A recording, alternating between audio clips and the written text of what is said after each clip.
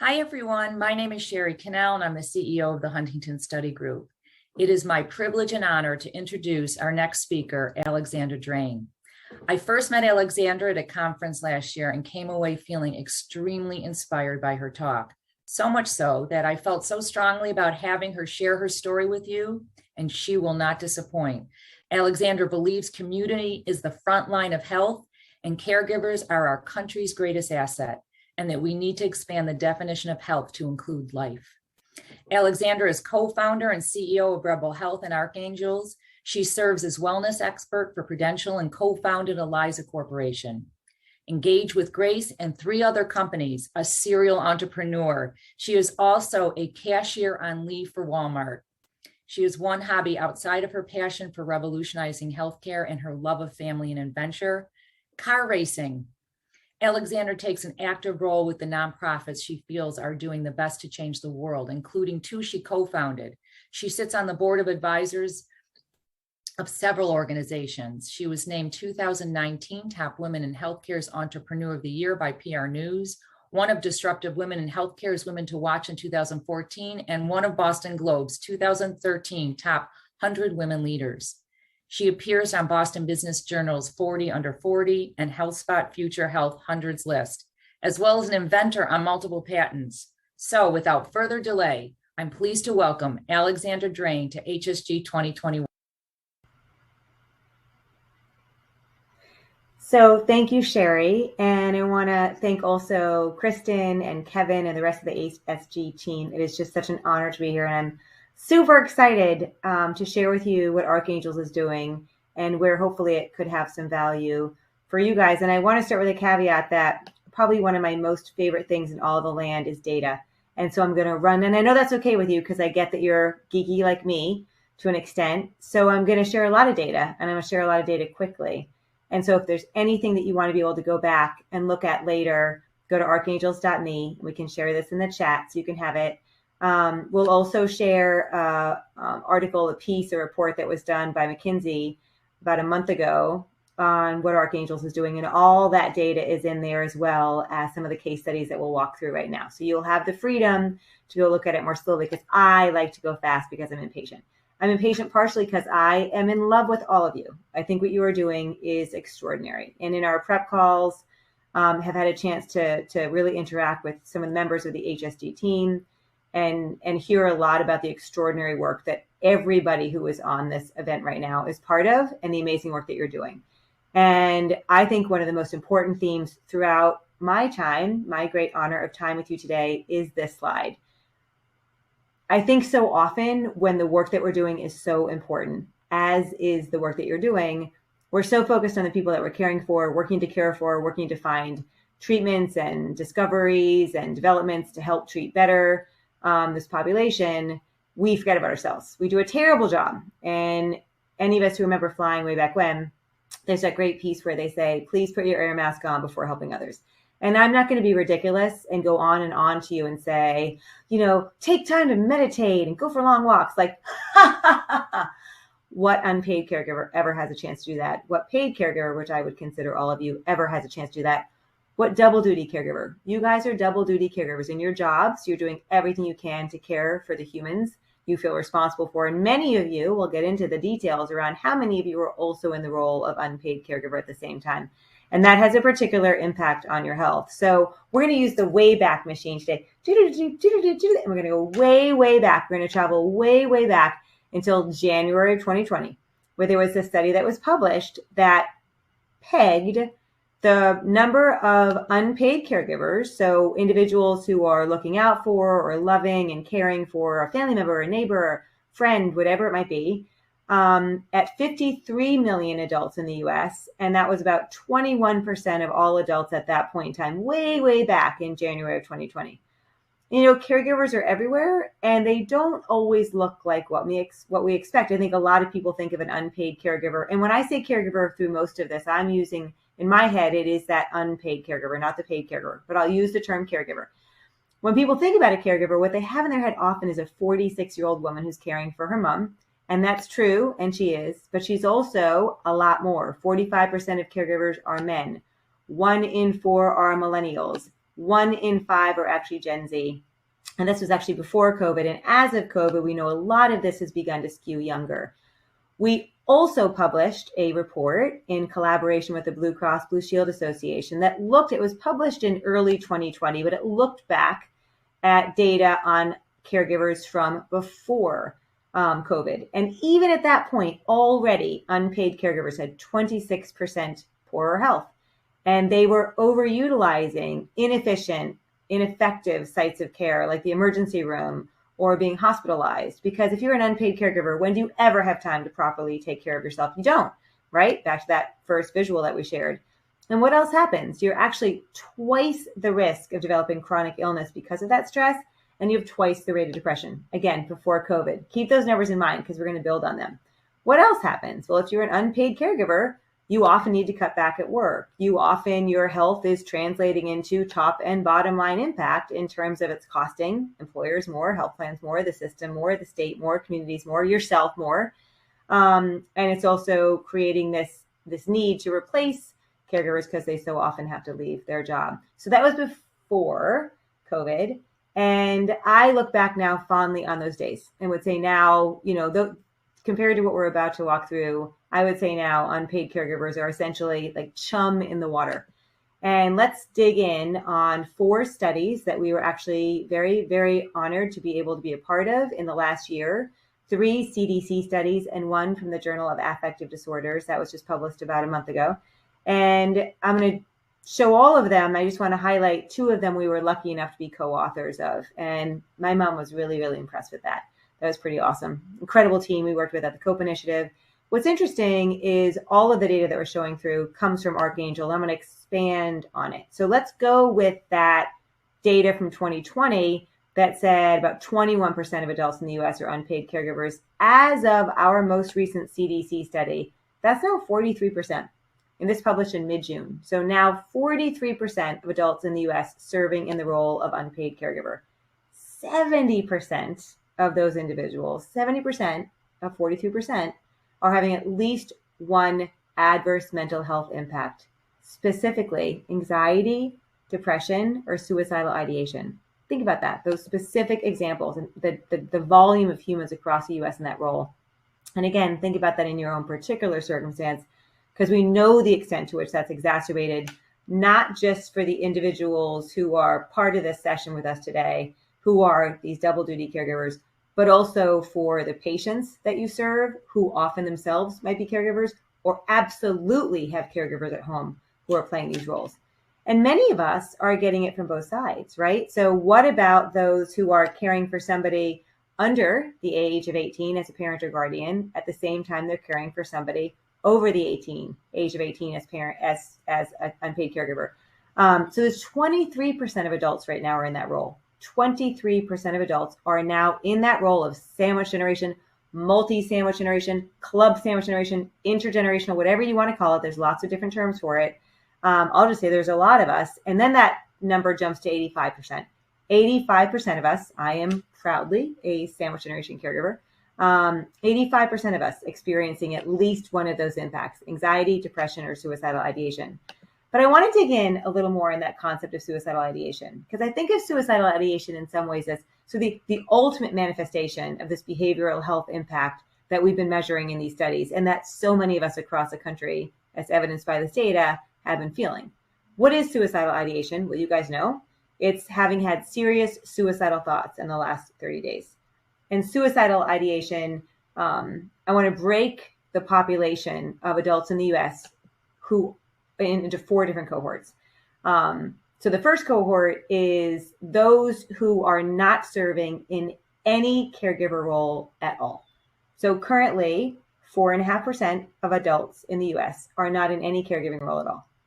What if you're in a caregiver role, but it's only for as a parent or a guardian to one or multiple individuals under the age of 18? It jumps, it doubles, 9%. So right out of the gate, if you are only caring as a parent or guardian to someone or people under 18, it doubles. What if and the term only, like that's so ridiculous, I'm sorry I just used that term. What if your caregiving responsibilities are for a person or people who are over 18 serving in this role? It's 10%. So a bump.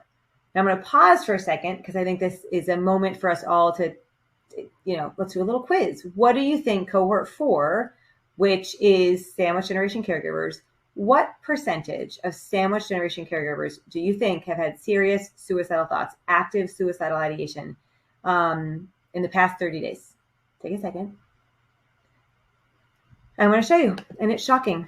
At least it was for me. It was until I sort of thought, as any of us who are in this role do, about our own situation. And I think actually what's shocking is probably less this reality, but for an individual when they consider their own life and how they're doing in this role, it's more shocking when you think of the fact that it's true for so many individuals across the US. And that's actually, we were asked in an interview, oh my gosh, Alex, what do you think about this data? And I said, I think it's horrifying and heartening. And the gentleman interviewing us said, you just said 52% of adults in the US, sandwich generation caregivers, have had serious suicidal ideation. How can that be heartening? How can you ever say heartening? And I said, because anybody who's been in that role, they've lived it. They've experienced it. So what's heartening is part of what was so hard is they thought they were the only one, right? And to know that you're not. In fact, if you walk into a room of sandwich generation caregivers right now, it's more normal than not that you would have seriously considered suicide in the 30 previous days. And I will add to that, that's active suicidal ideation. There's another term, passive suicidal ideation. And passive suicidal ideation is you didn't actively think about how to do it. But I know for me, I'll give my own experience. This happened to me last summer. It's happened a couple times since. I went to bed. I was in the middle of a very, very intense caregiving situation. I was trying to take a holiday.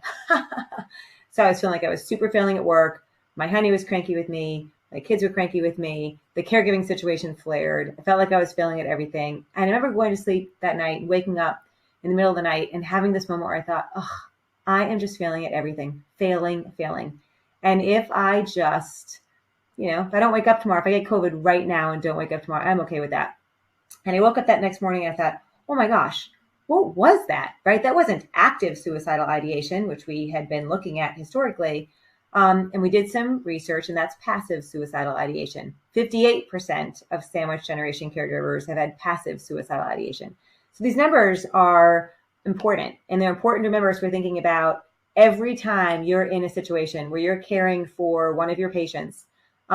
Remember that a huge percent of those patients, especially in the earlier stages of the condition, of their situation, have or in caregiver situations themselves. And clearly, any of your patients have caregivers. And then for you, you are a paid caregiver and an unpaid caregiver at the same time. 1 in 10 sandwich generation caregivers, 1 in 10 walking around right now with serious thoughts of suicide.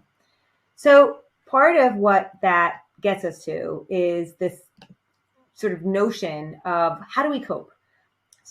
What is it to survive in these moments where you're feeling so blue and feeling so strung out and feeling so overwrought? Well, what do? I know what I do.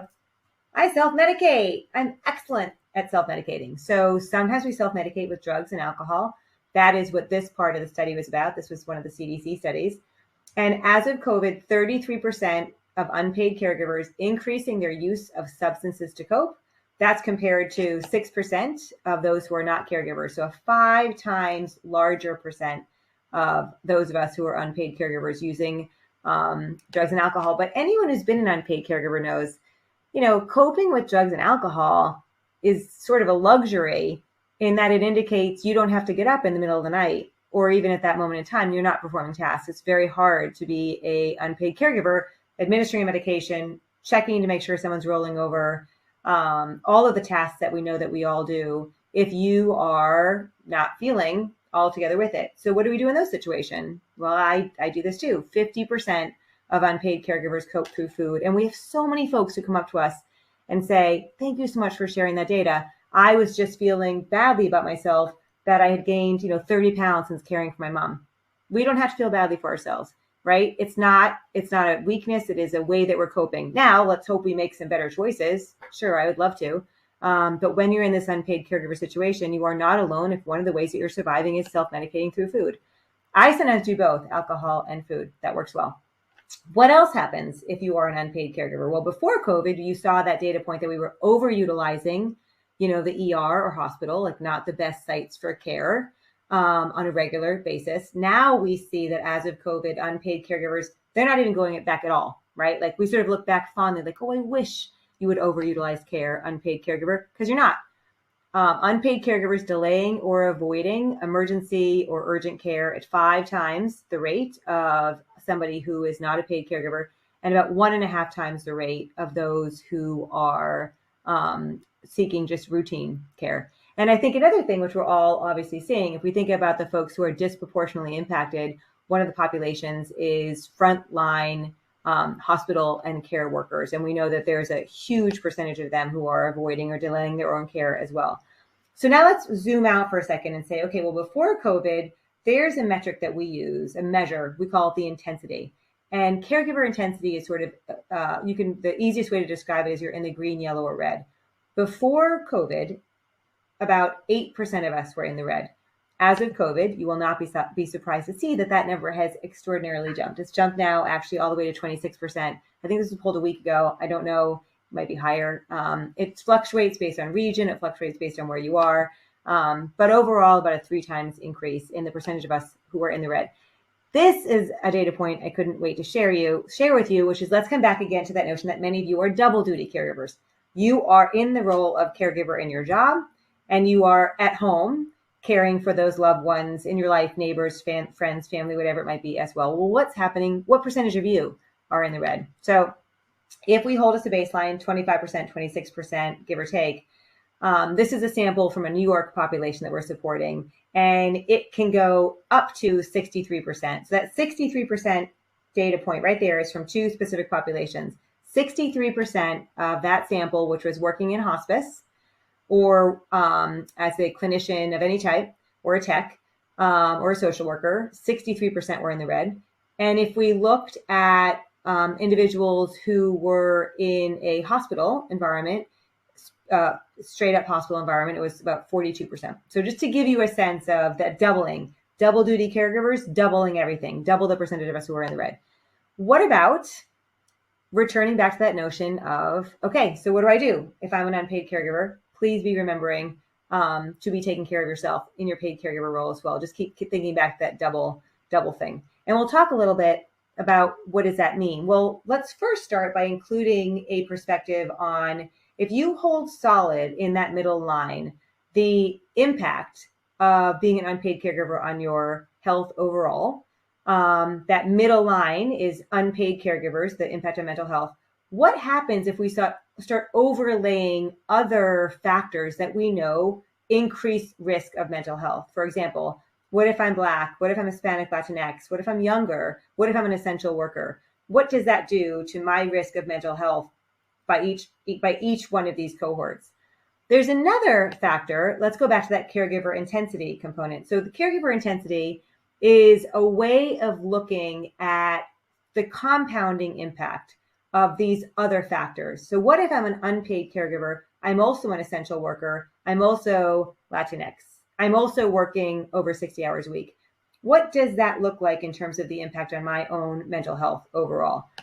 Well, that is your caregiver intensity. And I want to overlay that factor. What you can see here is, okay, if I'm increasing, you can see that if I have high intensity, that's the single greatest predictor of the percent and extent of which I'm going to have these additional mental health impacts. So as we're wondering about, so what, right? You got all this data, so what? So what are you going to do at it? I ask myself all the time. Well, what action are we going to take? And what impact is that action going to have? And then how can we wash, rinse, repeat over and over and over again?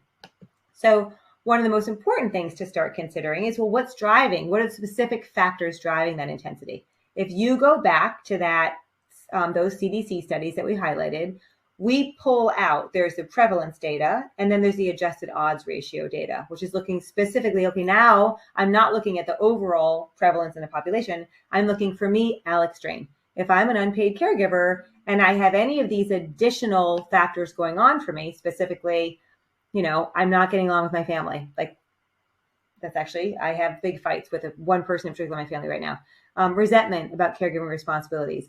that takes my personal risk, either of those, of having mental health impact up 3x. There's also things that increase it 2x, and those are feeling underprepared, not having as much personal freedom, or having had to cut down on expenses. I mean, literally, if you're an unpaid caregiver, it's hard not to check most of these boxes. But this begins to spell out for us, okay, so what do we do? So how am I supporting my population? And I think of it always as like, there's the devil side, like, wow, you just told me a lot of hard stuff, Alex. Can you give me some good news, right? What are the things that we can do to be supporting ourselves? Put your own air mask on first, our patients, and then really also those caregivers for our patients. Well, what decreases our intensity? We call these things the buffers. The other are called the drivers. Best news is the best drivers can literally be free. If an individual knows, even if they don't avail themselves of these resources, if you as a human just know that respite services exist, even if you never, ever use them, that is a 70% reduction of stress. So as we're thinking about how to be supporting people, just letting people know, seeing them in their reality, acknowledging that they're an unpaid caregiver, and saying, there's stuff that exists to help. Whatever organization you're in, I guarantee there's stuff that exists to help. I know HSG has stuff that can help.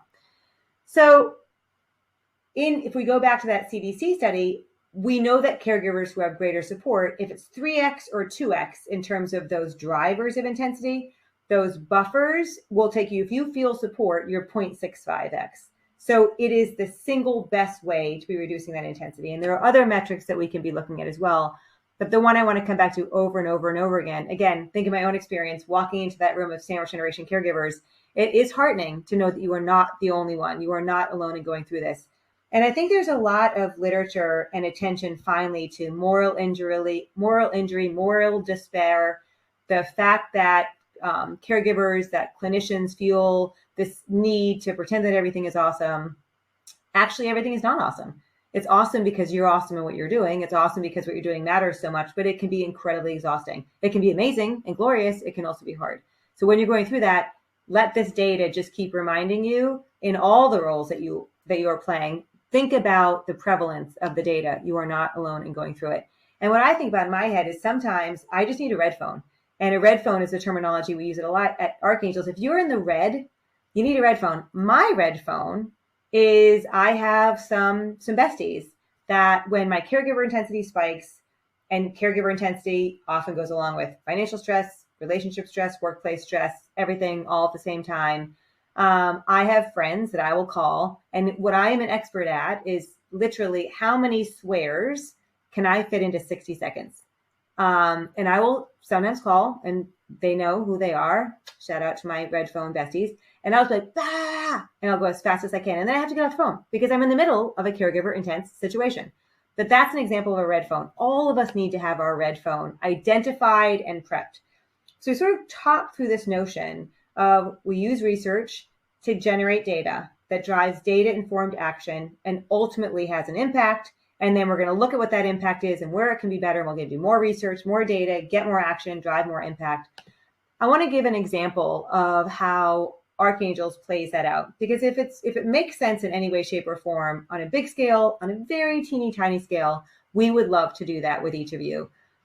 And the way that we work has four main components. You can see three of them here. One is just a campaign to get an unpaid caregiver to be seen, to be self-aware, then to get them their intensity score validated in it, and then to get them crosswalked over to resources. So one of the things that's interesting about unpaid caregiving, and this is especially true, it's true across the board, but the percentage of people who are like, I'm not a caregiver, I'm just a son, I'm just a daughter, increases in certain cultures, in certain communities, where in fact the term caregiver would be an insult. If I said to somebody, oh, you're the caregiver for your mom, they'd be like, what? No, I'm not.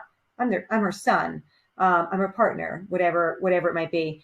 And so one of the questions that we ask, and you'll feel this in all of the materials that Archangels shares, we very rarely use the term caregiver in those communication materials.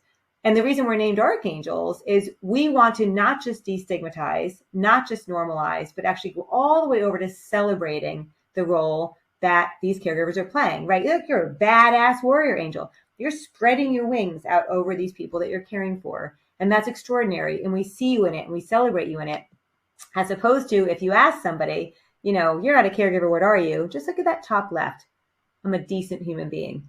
right? That's the term caregiver. Some people, like, they're so not attuned with the notion of unpaid caregiving as a thing.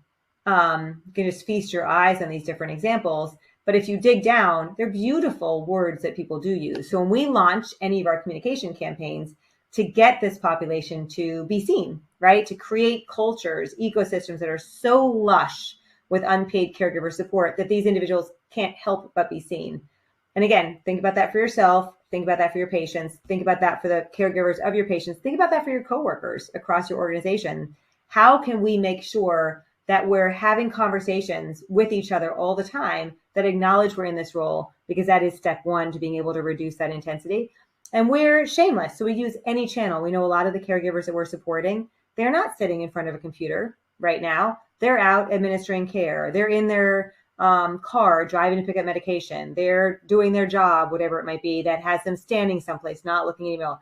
They're an essential worker who's working as a cashier at Walmart, pharmacist at CVS, in a hospital, wherever it might be, and they don't have access to these traditional channels. In which case, okay, well, what kind of social media channels can we use? Well, what about those who are not online all the time? What little physical things can we be passing out? What can we put in a break room? These are all things that we work through when we're rolling out. So you do that campaign to build this awareness, to build this shared vocabulary, to build this sense of community, to encourage for folks, change that culture. You're not alone. We're going to talk about this stuff as leaders, really important. And then we crosswalk people over to get their intensity score. And that process is, literally 24 short questions, 2 minutes. It's been described, it's like a 2-minute therapy session, felt like a Cosmo quiz. That's probably someone who's my age, 50. Cosmo quizzes. I don't know if people do Cosmo quizzes anymore. I lived by the Cosmo quiz. I started it sure that it was not relevant. We get this all the time. Like, I'm not a caregiver. I'll do it because I'm curious if I'm the green, yellow, or red. But I'm not a caregiver. And then in the end, and I ended it realizing I was in the red. This just happened again for someone the other day that I was sitting with. So you get that score, you see that score, and it's very validating. Oh my gosh, I'm in the 70. I'm a 70. I'm in the red. But then, I need a red phone, in the red, need a red phone. But then it does the next thing. It says, okay, what are the 2 things? Because caregivers don't need list fatigue. They don't need long lists of things to do. Like, caregivers, just tell me short, what can I do? So there are 2 top things we'll give you. We'll crosswalk you over, things that are most driving that intensity. And then there are 2 things that we're going to tell you that will most alleviate that intensity. And then, as importantly, we will crosswalk you at that moment over to those resources that exist. And I can tell you, at a minimum, even if your organization has no resources, HSG has resources, and every state has resources. This is an example of what the resources that are available in the state of Massachusetts. That's where I am. The state of Massachusetts has Mass Options. It's a phone number available from 9 to 5. If you call that number as an unpaid caregiver, they have a no wrong door policy. They will work with you until they find somebody local in your community who can provide some support. Is it always perfect support? No. Is it going to satisfy all your needs? Probably not. But at least it's a place to get started, to begin the journey of getting support. And there might be other things that are available. So a lot of employers have EAP programs, employee assistance programs, or resource groups, or community social workers, or navigators who are available. Unpaid caregivers, if there's a phone number or a chat that we can be connecting somebody to, we will, so that unpaid caregiver very quickly to stuff that's validated, that they know that is good, can get supported in that moment. And the good news is, if you do this well, this is actually a health plan, a health system where we rolled it out, data-driven, comprehensive. But the thing that mattered the most, we've connected more unpaid caregivers to resources each month of the program than we ever had before. They were shocked at how many folks, because the program had used the term caregiver historically. So they'd saturated that population that was aware of that role they were playing. And so we've helped them go out and get all the other individuals that make up that 43% of adults in the US right now. And the way that they describe, another partner described it, is like we're the interstitial tissue, right? There are a lot of resources that exist. That's often not the challenge. If you build it, they will not come unless they are aware that they're in that role, They have faith that those resources are going to be helpful, and you can crosswalk them over to those resources at a moment that they're open and available to it.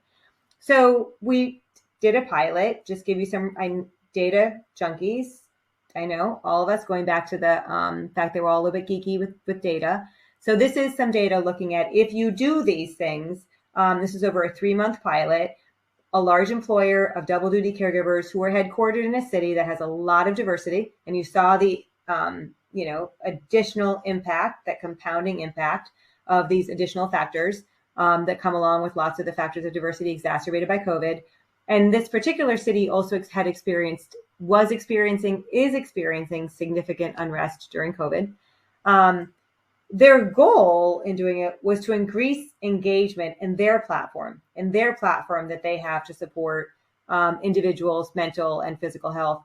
They wanted to capture that top and bottom line impact, mental health, productivity, retention. And ultimately they had this goal, like, what if we could be known as the best in class place to work in supporting unpaid caregivers? That would help with retention, it would help with recruiting, it would help with all these other hardcore metrics.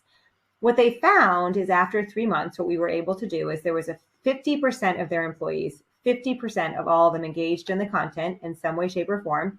And if you held at, impact measured in different ways before our pilot, 1x, as of the pilot, 1.5 increase for them over and over again, increase in the website views. They saw close to a doubling increase in their concierge consults. They actually had a concierge that could answer any questions, the question about coverage, question about finances, question about legal issues, question about daycare for my dad, whatever it might be. Close to 2x increase in those concierges, and then 2x increase in caregiver support utilization overall. So just an extraordinary impact for them. And then I love, again, I was not allowed to watch TV growing up, but when I did sneak it, there was this ad that was always on. And like, but wait, there's more. There was always more. So, but wait, remember I said there were 4 things? The other thing that happens is all of this data can be aggregated. So in our work with Massachusetts and our work with the state of New York and other states, you can aggregate that for your organization. This is an argument to go back to insert name of research institution or hospital or health plan or employer here. Listen, 44% of our employees right now are in the red. And these are the 2 things most driving that intensity. Can we get more resources there, please? But that also could be aggregated all the way up to the state level. And the state of New York, one of our customers, is actually taking that data and going back to the state legislature and saying, you need to invest more in these things. Like, we do not have enough resources behind our insert name of state resource here. So in closing, I will just remind you, let's put our own air mask on before helping others. And literally that can be as straightforward as pick your red phone, 60 seconds of deep breathing or 60 seconds of swearing. Maybe be more evolved than me, maybe deep breathing, whatever it is. Take that 60 seconds for yourself. Know that you're not alone in these realities. And every time a patient comes into you, be aware that they themselves could be a caregiver, and they themselves, in the work that you guys are doing, almost definitely have an unpaid caregiver as well. And next, I'm going to roll over to the we want you, and then we're going to switch to the next part of our presentation. It is always freaky to watch yourself. So I just want to reiterate again, thank you guys so much for listening to this. I have such enormous respect for everything you're doing. Thank you, Sherry. Thank you to the rest of the HSG team. And we're going to do a little exercise together. So I'm going to share my screen, and probably in the chat, you'll be able to see a link. And what I want to be able to do is actually walk through the intensity index together right now. So everybody either use that little QR code function on your phone. So you take it, hold it up to your screen, and or in the chat is a link, and or you can type in to your browser this link. Because what we're going to do together is we're going to take our intensity index. Because I can't say enough. I think the process of going through it, and I'll do it myself live while you guys are all watching, so you can follow along and answer for yourself, obviously. But I'm involved in a number of caregiving situations right now. And to be fair, I'm not caring for somebody who has HD. And I've done enough research on the condition to understand the particular impact that your population, that your patients have, and of course, the impact of their caregivers, and of course, the impact on you as their paid caregivers. So big shout out to you for all you're doing. So I'm going to go ahead and click over on this link, and we're going to do this live together. So one of the calls to action right there is to, take care of yourself. You're not alone. Take 2 minutes, do your intensity quiz. As we're going through this, what I want to remind each of you is you have this link. You now have this link, and the HSG team can send it out to you afterwards as well, or ping ARCHANGELS and we can get it to you. You have this link, use it for yourself, share it with your family members, share it with your neighbors, share it with anyone you know in the caregiving situation. We're making it available for free because we love HSG and everything they're doing. But as importantly, share it with your patients. So as your patients are coming through, you can quietly slip it to them and say, hey, take this when you get a chance. Because what we've done is actually integrated on the back end some of the HSG resources, the resources that they have access to, or that you guys all have access to because they're free, but they're specialized for the HD population. So here's what's going to happen. When you click on that link, which hopefully by now each of you guys have done, it's going to pop up, hello, follow Archangel. I'm going to click here to get my score. If you'd already given your score before, if you had done this process before, you could also log in, and then you could just continue to get your score and track over time what happened. But I'm just going to click here to get my score for the first time. And it's going to walk me through these questions. The first question, are you caring for a relative or friend who's 18 years or older? Any care counts. And then it's really important, as you guys see, it sort of prompts you. Okay, we're talking about things like helping with personal needs, household chores, healthcare tasks, managing money. So many unpaid caregivers, back to that point, they're like, I'm not an unpaid caregiver. Yes, if you're doing any of these things, yes, you are. Yes, you are. So am I caring for somebody in this role, 18 years or older? Any care counts? Well, yes, I am. What about somebody under 18? Schoolwork, personal needs, household chores? Yes, yes. Nutrition? Yes. Okay. So the situation with the person or people I provide care for can be unpredictable or unstable. This is very true for me. This is particularly true for me right now. We are in a flare, a caregiver situation flare, I'll call it. But answer for yourself on your own screen. I don't know what to expect in my caregiver situation, so it's hard to plan ahead. Oh my gosh, this is really, really true. And this has an impact on my family life, as you can imagine. In fact, I'll tell you at the end something about relationships associated with this fact. I've had to cut down on my own expenses because I help pay for things for the person or people I care for. I'm very lucky that's not true for me right now. I have a job. My honey has a job. Our caregiving situation is outside of our house right now. But it is a financial burden on the family overall. Absolutely. And this is a huge one. Our family has disagreements, but people not doing enough to help.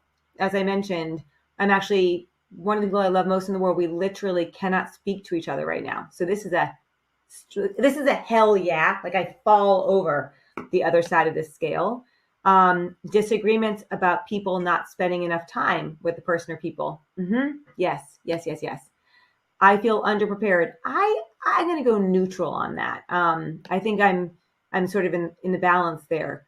But do I feel like I should be doing more? Always. Pathologically, I feel like I'm not doing enough. Strongly agree. I'm not going to say I have more than I can handle, but I'm not going to say that I don't. So I'm going to go neutral on that one. Again, answer for you. I feel supported as a caregiver by friends, neighbors, or family. I do. I really do. That red phone. And Bonnie, I saw your question. And anyone who has questions, please put them into the question and answer component. I look forward to answering them. Bonnie, I loved what you said. I'll read it aloud when we're done with this. So I strongly agree with this. I do have someone I can turn to for support when things are difficult. Very protective from a resiliency perspective. I am confident in my ability to navigate the health insurance benefits of the person or people I'm caring for. I supposedly am an expert in the caregiving space. I have no idea. I do not know how to manage the financial situation of the person or people I'm caring for. I keep thinking I do and I don't. But I do feel that I'm doing a good thing being a caregiver. That's very protective. I do feel purpose. I think I'm learning to cope with the situation. I think I'm becoming confident in my ability to handle most things that I have to do as a caregiver. But it has completely limited my ability to spend time doing the things I take pleasure in. And I can only imagine, again, thinking about the caregivers of the folks that you're caring for, the extent to which this is true. And I do not have as much personal freedom as I would like. Strongly agree with that one. I would not say I feel depressed, although you saw the numbers of the percentage of unpaid caregivers who do. Anxiety, depression, suicidal ideation. I'm very lucky right now. I do not feel that way. That I am stressed to the max. I admitted before I was 50, I'm stressed to the max. That's what we would say. I do sometimes feel manipulated by the person or people I am caring for. I do sometimes resent what I have to do as a caregiver. And I am working full-time for pay, as I just said. I have had to miss more work than normal, but I'm not less productive at work because my job is to learn about this. So it's actually, in many ways, it's a godsend because of what I do, and because I get so much flexibility from Archangels, and I do get support in my job as a caregiver. So hopefully you all answered. I'm going to finish. I'm going to skip these questions. Why don't we all skip these questions in the interest of time? And I don't want to create a profile right now. Come back later and create a profile if you want to. I'm going to say, just bring me to my score.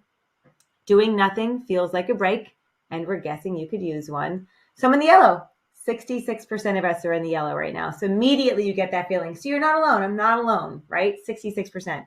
If I scroll down, and this is why we have that link specifically for you guys, I can get resources for HD caregivers.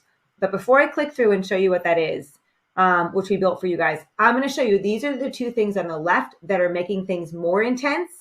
The things on the right, for me personally, making them less intense. You have your own now because you answered for yourself.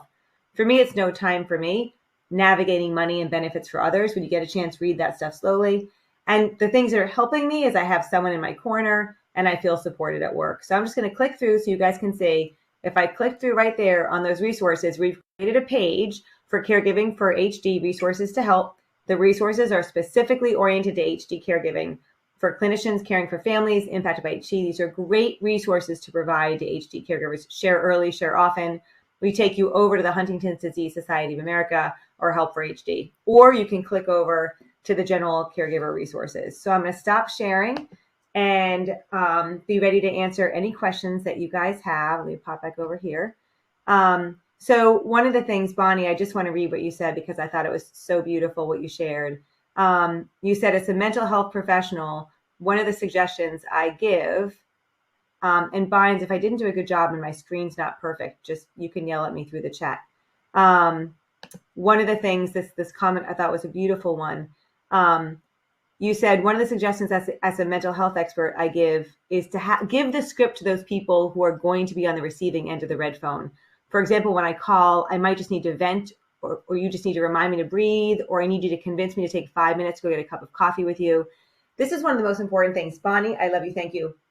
With unpaid caregivers, they never ask for help. So if you're looking to support an unpaid caregiver, do not ask just help, right? Literally just insert yourself into their lives. And when they call you, I admitted to you guys, I vent by swearing, or I vent by having a glass or 3 of something. Recognize that and the support that individual and whatever they're needing to do to cope. So a next question is, you have been researching caregivers and caregiving for quite some time. What has been this most surprising thing the data has shown you? I'm actually going to share a statistic that I think is important for you guys. I didn't get to it in my presentation, but I think it really matters. It's not surprising at all, but I think it helps in people feeling less alone. And I have a lot of friends going through it. So if you are in the red, 50% of caregivers who are in the red worry that their primary relationship is not going to survive their caregiving experience. So the thing that matters to me so much about that is I have a lot of friends who are in the middle of this, who believe that the reason they don't like their partner right now is because they don't like their partner. And it's always so relieving to hear it might be that actually it's the stress that you're both under, or the stress that you in particular are under. And I'm going to share one other thing, which I'm not allowed to talk about, but I'm going to do it. Before COVID, if you were in the red, 25% of caregivers said it was severely impacting their sex life. As of COVID, if you're in the red, that number is now 75%, which I think makes sense to anybody who's been through it. But I think the important thing for caregivers is by talking about this stuff out loud, by talking about it with the population that we know is least likely to see themselves in it, and by normalizing, of course you feel this way. What's been most surprising to me is the extent to which that in and of itself is care, that in and of itself can reduce intensity significantly. And And I'm going to just check on the time. I think I'm supposed to be wrapping up right now, but I will answer one more question, which is, what's the most frequently reported driver of care intensity? So there's a couple of them. Family disagreements, huge. I own that that's true for me. Feeling unprepared, huge. And that's something we can all fix for people. Feeling like you're not supported, huge. So again, if you just say to your unpaid caregivers of your patients, I see you, I appreciate what you're doing. Here are some resources you can go to. Get a red phone, pick a friend, tell them that they're your red phone, and then financial implications. So there are resources that we just shared for you quickly, specific for the HD community. Your employer, through their EAP or through other programs, also has resources. If you ask your employer, ask your health plan, go to your community resource, community public health site, they'll have resources to support as well. And I think I have to wrap because it's 1. So what I wanted to do in closing is just remind all of you, please take care of yourself. You are not alone. Please get this link. Please, you do it. Please share it with your loved ones, and please share it with your patients. They might be in a caregiver situation as well, and absolutely share it with the caregivers of your patients. I am incredibly honored to be here. I think the work that you guys do is extraordinary, and I hope that I'll be invited back at some time. Maybe we can report back out to you guys the data that comes in from your own intensity. Thank you very, very much. Thank you.